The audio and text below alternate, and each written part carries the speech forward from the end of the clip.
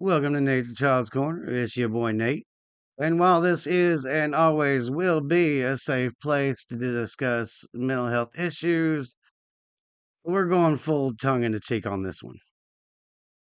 Because, as my man Loki says, it can't be gloom and doom all the time. Sometimes you just gotta kick back and have a laugh. And hopefully tonight's video will serve that very purpose. So this video is not under any trigger warnings unless you're triggered by weed. If so, then please click off now because they might be on their way as we speak. So many moon ago, I tried to move back home to Mississippi. And spoiler alert, epic failure. The most epic of failures to ever epically fail. And soon well, I will be moving back home. So I guess you could say this is the story of how we're not going to do it next time. So, quick context. So, I was technically staying with my uncle, but I had just met my friend Ogre's brothers, Fulk and Cook, and their friend Whitley. Whitley, by the way, this is the story you wanted. They were homeless at the time, and whoa, they were homeless at the time, and since I had the money and my uncle isn't always the most fun guy to hang out with, I kind of just rolled around with them and hang out with them and kind of did the homeless thing for a little bit. It was it was fun. We slept all over. We did this and that, hang out here and there. And a stranger even let us stay in his yard for a little bit. A couple days. It was fun. Good strangers, liked them. And as how turnabout is fair play, it turned out that I was homeless and they had a place to stay. Now, this wasn't like their place. They was staying with somebody that was letting them stay there and they couldn't just, hey, well, there's this other guy. But they did work it out to where I could sleep in the shed, which is where the titular story starts to unfold. See, I was not the only homeless man they had staying in the shed. There was another younger homeless dude staying in the shed. And this is the very man that sets our story in motion. Think of one of those sheds that has like the double doors that both swing wide open and kind of looks like a barn. A lot of people use them to put like their lawn mowers and lawn crap in. For whatever reason that I've never known the answer to, there was these two like lazy boy type chairs in there. And that's where we were sleeping in those chairs. It was dude, winter in Mississippi, dude. It's cold. We're in a shed. We're wrapped up with our the best blankets we can get. Being homeless.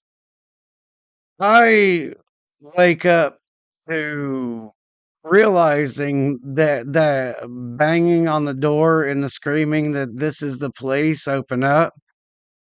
I realize that that's happening. That's a thing that's going on right now outside this very shed we're sleeping in. It was legit one of those moments where you're like, this is happening right now. This is a thing. This needs to be dealt with. So I jump up. I'm about to unlatch because there's a latch on the inside of the shed. All right. I don't know why, but that part just kind of freaked me out. And anyway, back to my story. I digress. So I go to unlatch it, and I hear dude whisper behind me, like, Don't let them in. I'm like, I'm like, they're the cops. They want in, they're coming in, and I'd rather them come in friendly than unfriendly. So I go for the latch and I hear him from behind me again. He's like, I got weed on me. And in my mind, I'm like, so? So I unlatch the door and I push it open, and like, there are three, four, I remember specifically three, but it possibly could have been more. Three officers standing there with their weapons fully drawn. Which, by the way, this isn't the first time I have had guns drawn. It seems to be, especially by police, that it seems to be a thing in my life that's happened at least a couple times. But I do admit this was a lot friendlier than the last time it happened. So I see the officers' guns drawn. I'm like, whoa, hey guys, what's up? What's going on? So the officer, with a roll of his eyes, he grabs me by my shirt. He takes me and pushes me to the side. Apparently, I am not. Apparently, I was not the droid they were looking for.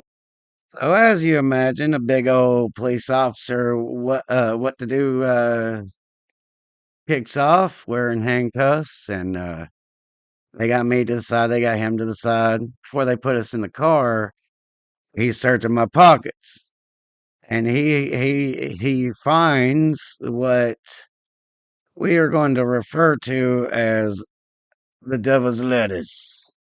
Well, shavings, more dust, really. Not really enough to do anything. I don't know. It changed. I legitimately, honestly, knowing what I had on me, I do not know why I had such granules in my possession. And the cop, he looks at me. He's like, "Oh, he's got it in between his two fingers. Like, what are you doing? What is that?" He's like, "Oh, what do we have here?" And to myself, I'm giggling. I'm like, "There's really like it's barely residue, man."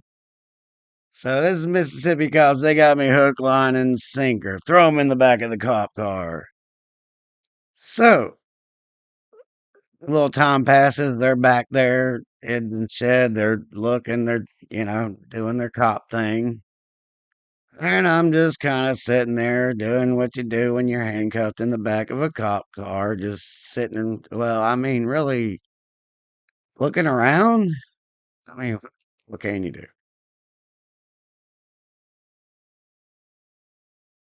So as I'm sitting in the back of this cop car, there is a point. I'm not sure. I was back there. They're cops. They're gonna take their time. They're gonna do what they got to do. But there was a point where my folks, and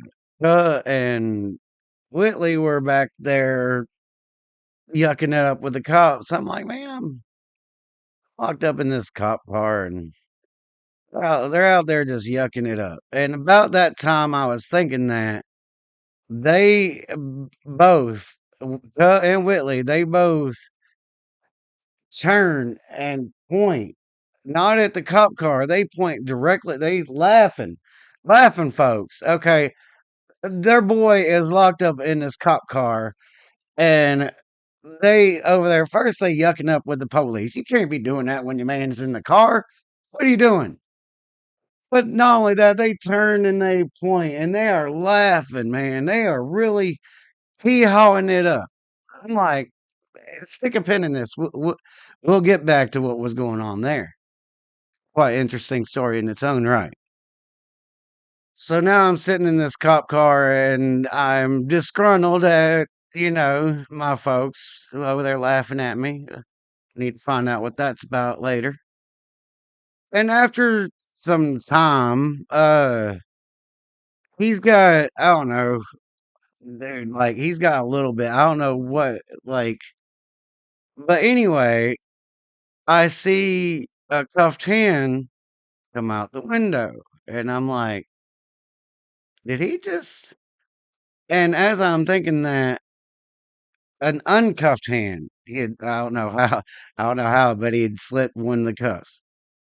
His arm comes out the window, and it's like he's reaching around for the handle, and I'm like, "Am I about to see this? What am I about to witness?" And I tell you, buddy, his uncuffed hand, reached around and unlatched the door. He opened the door from the outside with his arm. Like, this story is kind of like I've heard of one. A crazy woman was under arrest, and she kicked out the glass between the front and the back seat, and she jumped in the cop car. Like, surely some of y'all seen that video.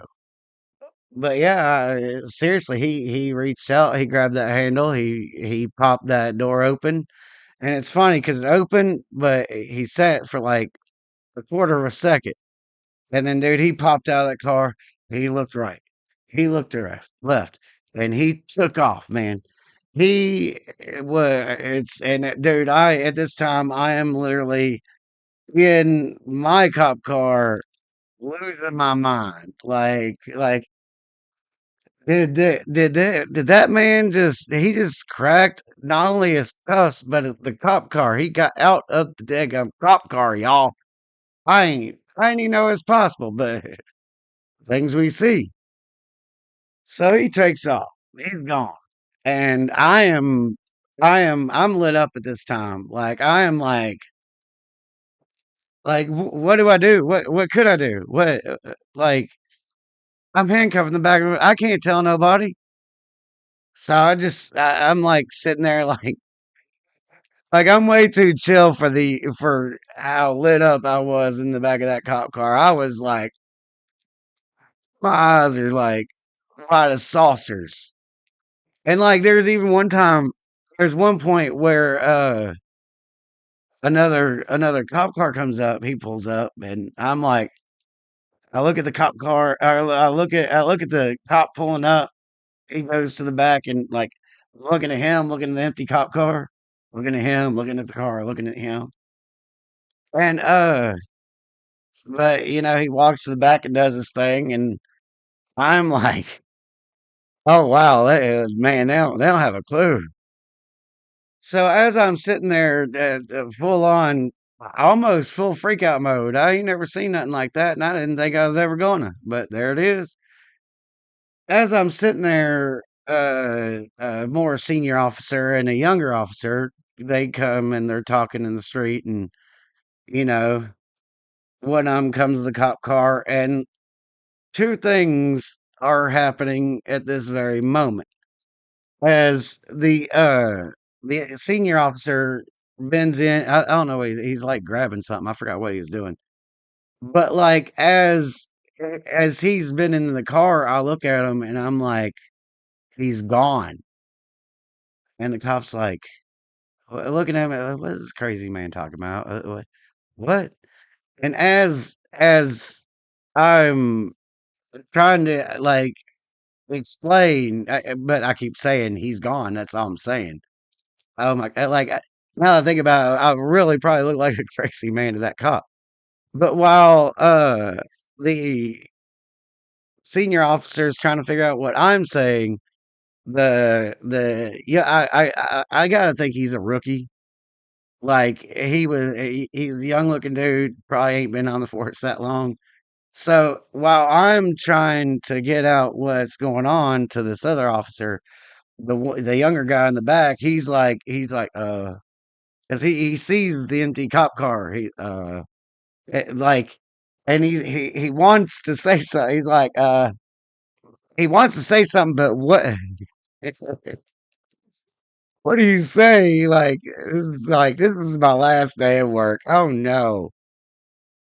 So about this time, the younger guy, he gets the older guy's attention, and suddenly it's like you kicked a beehive, man. There's police everywhere. They was flooding the streets. I imagine like they had ghetto birds up in the sky. They like I know Horn Lake got one, but like they must licensed out because there was at least three uh police helicopters in the air that day. And well, had I just tracked a police car and got out of my cuff, well, out of a cuff, that's funny. Of a cuff and a cop car, had I done that, I would take off. Like I would run and kind of keep running. We wasn't far from South Haven. I would have hit South Haven and I would have kept running until I passed out from how far and fast I had run. But not a criminal mastermind here now.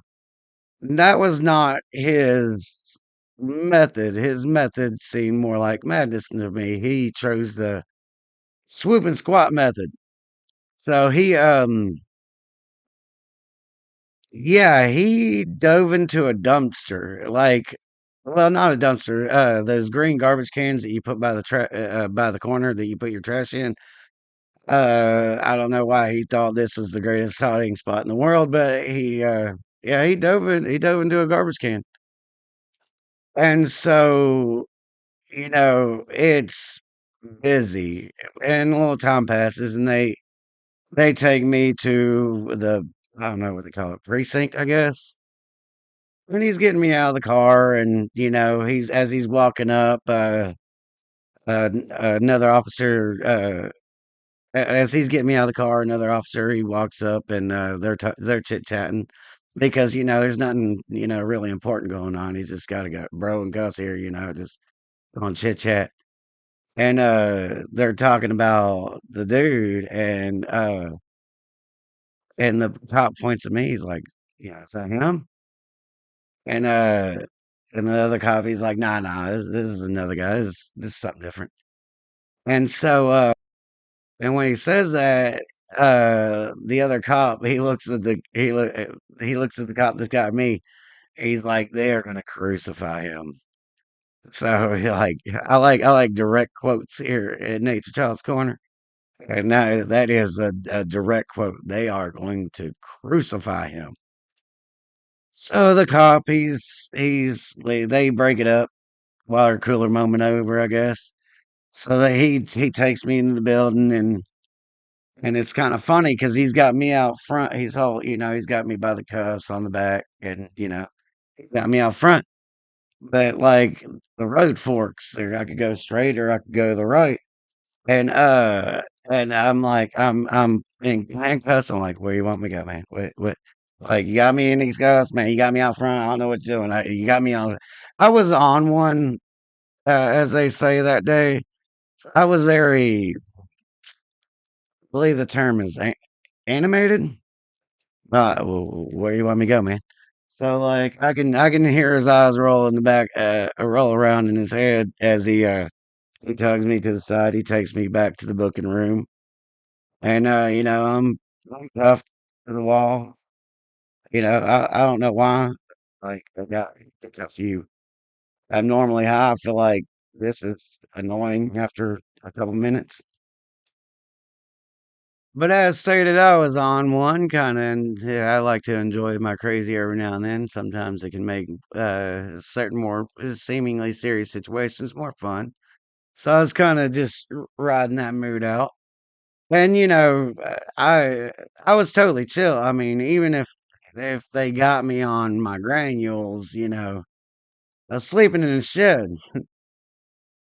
Honestly, wouldn't mind a few hots in a cot. You know what I'm saying? I know how it goes. So I'm legit. I don't know how I was this relaxed, but I'm relaxed enough to take a little nap, with my arm hanging. I'd take a little nap. I don't know how long I was out, how long I sat there. It's the police department, and they work at their own speed. So it could have been, I don't know. Anyway, so as I'm waking up, as I'm coming to, I'm facing the wall, and I hear the cop's like, what? The guy's like, yeah, he's crazy. Cop's like, crazy. And dude's like, yeah, he hears voices. As I do. No shame. And as I woke up facing the wall, I was smiling because I was thinking, isn't that sweet? They're talking about me. So I wake up, I'm nice and rested, pretty relaxed for the situation I'm in. You know, I got my arm dangling. Every cop that comes in, I'm like, hilariously, they got me right by the door, and that's probably not where you want me because I'm gonna be distracting people. So, like, as every cop that comes in, I wave at them like, "Hi," but I wave with my cuffed hand. I got my free arm to do whatever I want to with it, but I got my cuffed hand up there, and everybody, "Hi, what's going on? What's happening?" Like, just being friendly, every cop that comes in, we best buds. And I even remember that day, like every cop that came in, they're looking at the guy at the desk and they're like, "What? What is that? What is this guy?" And the guy at the counter, he's just shrugging. He's like, "I don't know." They say he's crazy. So I'm just sitting there, cuffed to the wall, being all happy and friendly to everybody that comes in. Hey, how you doing? It's nice to meet you. I would shake your hand, but like it might be weird, might bang against the wall or something. But then it happens. I hear the dong dong. I am taken for the very first time in front of a detective. I'm a big Law and Order fan, so and as I stated, I'm on one. I'm not on nothing, just that crazy. I'll be on that crazy dog. Yeah, I just that's how I do things sometimes. But I guess to him, I don't know. Probably seemed composed when I first came in. So they bring me in, they handcuff me, they set me down, and introduction, who are you, blah blah blah, and at this point, I like if you're like, what did the other dude do? Like that was me. Still at this point, I have no idea why I'm going on this wild magical ride, but for the moment, I'm on it, and I'm kind of enjoying things. So introductions and getting who I am and through through the questioning and where I was staying in the shed, it was actually an upgrade to where I was before that because before I was sleeping in the shed, I was sleeping in the Horn Lakes skate park bathroom. Yep. There was a point where I was living in a skate park bathroom. It's gonna let that roll around in your head for a second. All right, there we go. Which, by the way, is its own story. I might tell it on the channel. I don't know. It's pretty funny. Anyway, so I admit, I'm homeless. Was sleeping in a thing. Now I'm sleeping in another thing. And so he starts using these detective moves. Yeah, pretty much used straight out of the book. Like I've seen this crap on Law and Order and everything. Like I see everything that's coming. So he's playing up this, oh, we have you on this, this little bit, but we're not really just interested in your little bit, we wouldn't mind just kind of kicking that to the side if you could just kindly tell us about the guy you were sleeping in the shed with. And I'm like, and legitimately, like, I barely knew his name then. I completely forgot. I just want to say, by the way, I have no idea where this guy came from. It's all about to be explained, though. Hang in there with me. So I wax on dramatically, and he's like, and he feels like he's getting aggravated. because when I go full drama, I do it all the way. And with all the dramaticism I can muster, I'm like, oh man, I know what you mean. Like, you got me on this little stuff, but you don't really care about that. You just want to know what's going on with this guy and blah, blah, blah, and this, that, and the other. And I was like, and like, I was like, I don't even know why I'm here, sir. So as I wax on dramatically for the man, he eventually gets to a point where he's like, wait, do you even know what he did? And I throw my arms up. I'm like, sir, I wish somebody would explain to me why I'm here. All I know about is I got caught with some residue in my pocket. And he says, well, the guy burgled a tire and lube place. And I had to stop him right there. I technically did not know what burgled was at the time. And so he takes a moment to break out the projector and explain to me that if you are to run into a business while it's open and hit the ground and is a robbery type situation, that is a robbery. But if you come back after the business is closed, that is a burglary. So he had burgled this tire and lube place. I'm glad if you're happy to be finally realize know what set this all going off, then welcome to my world because that is exactly how I felt at that time. Let me just take a moment to I need to morally I need to lay out what this guy had done. I learned this through various officers, like kind of listening to them talking. A couple things were told to me, but so piecing it together, what had happened the night before? Literally the night before we were woke up by the cops. He had broke into this tire and lube place. All right, let me explain what was going on. Earlier in the day, he had been to this tire and lube place. He's looking for a job. Filled out an application and everything, and even explained to the man where the street, the shed. He literally gave the man a road map to where he was sleeping, and that's why it started. This all started at like six between 6 and 8 in the morning, early in the morning. So this man, this good, kind, tired lube man, he is trying to help this guy get a job, even though he is homeless.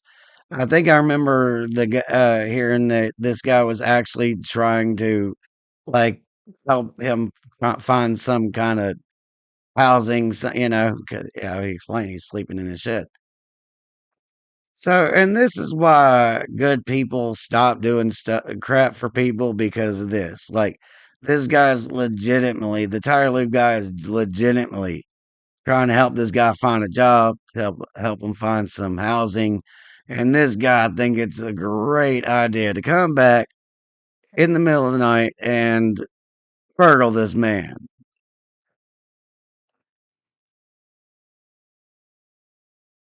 That bothers me. So for the moment, I drop my dramatic flair since I finally know what's actually going on. And I explained, look, I don't know this dude. I literally met him like I think I met him a day or 2 days before that. Yeah, I don't even know his name. We just happened to be sleeping in the same shed at the same time when the cops came along knocking. And so I don't even know why he brought it up, but the skate park bathroom I was sleeping in, for whatever reason, he mentions that there were uh, currently a lot of car break-ins at that skate park by that bathroom. Or actually, no, that's why they didn't think it was me because I was in another bathroom. This is a different part of the park. And so with renewed vigor, I throw my arms up. I'm like, "Oh my god, no." And the cops full on, "What now?" I'm like, "Oh man, I just told you I was sleeping in that skate park, and now you tell me you got car break-ins and all that." I'm like, "Man, you're gonna be looking at me for that." And he's like, he's trying to calm me down at this point. He's like, "No, no, no, no, we got a guy for that. We got a guy for that. Like, we don't think that's you." And so, like, he wraps it up. I imagine he finds the nearest officer, whoever is in charge of me being there. I imagine he goes to somebody. He's like, "Look, I need whoever needs to let that man out of my office and out of my life because he's not worth the drama." I'm not sure what was said, but so, cop, he unhooks me, takes me outside, and he turns me around. He's like, "Now let this be a lesson to you." He takes out the baggie with the granules. He dumps it out. It's like, "Oh no, so much." Anyway, uh, so he takes the granules, he pours them out, and he's like, "Yeah, I guess we can let this dust go." In the end, that's legitimately what the officer dealing with me referred to it as dust. And to be clear, we're talking about the devil's dust.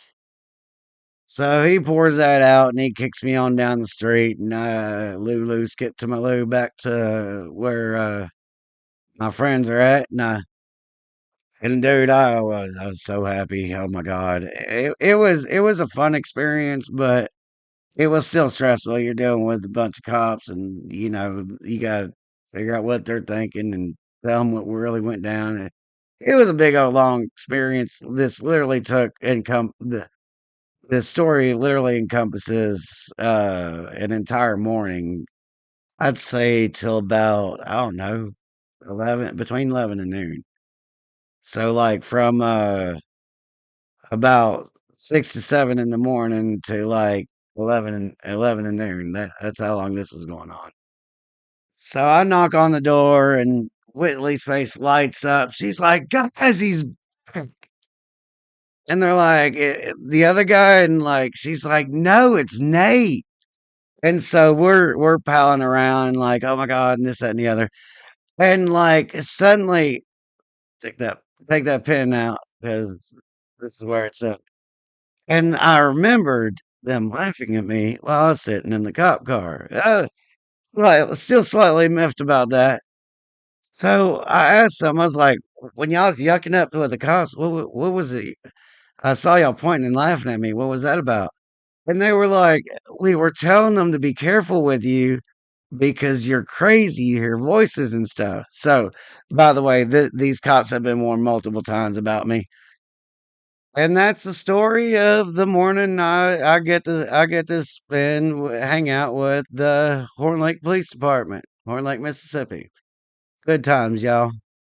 By the way, all those cops were cool. Nobody was real crappy with me from beginning to end. I wouldn't exactly handle with kid gloves, but I was taken with an amount of humor, which I very much did appreciate. And honestly, with every cop that came into booking room, they all thought I was really cool for just, I don't know, I guess they don't get a lot of weirdos like me in that precinct. So yeah, it's super weird, super chill day where I almost got three hots and cop for a little bit, but apparently I just didn't have enough residue in my baggie. So in closing, I'd like to say, life can be serious, life can be tragic, but you gotta kick back every now and just laugh, man. Laugh at yourself, laugh at the world, laugh at the state of your friends, laugh for the sake of laughing. And in my family, we got a saying: you gotta laugh to keep from crying. Laughter has gotten me through a lot of the dark times. So to those who are suffering in a dark world and it's at a critical point, always remember the National Suicide hotline is 988, simple number. But if it's not that dark, not that critical, but you are still in some kind of suffering or pain, please feel free to reach out to anybody really, but if you don't mind, I would like you to reach out to me. Uh, Email me. My email is natethechild420 at yahoo.com. Email me, tell me your story, tell me what makes you laugh, what's horrible, tell me all about it. And so, with all that being said, by the way, I had to throw this in there somewhere. Is it bright enough for you, folk? Is that bright enough? Yeah, I'm lit up nice, right? You can see me and everything. I just want to know. I want to put this little rant there at the end. Folk be like, "Let's do dark." There you go, man. Brightened up. Just whoever you are, wherever you are, please take care of yourself and have a beautiful day.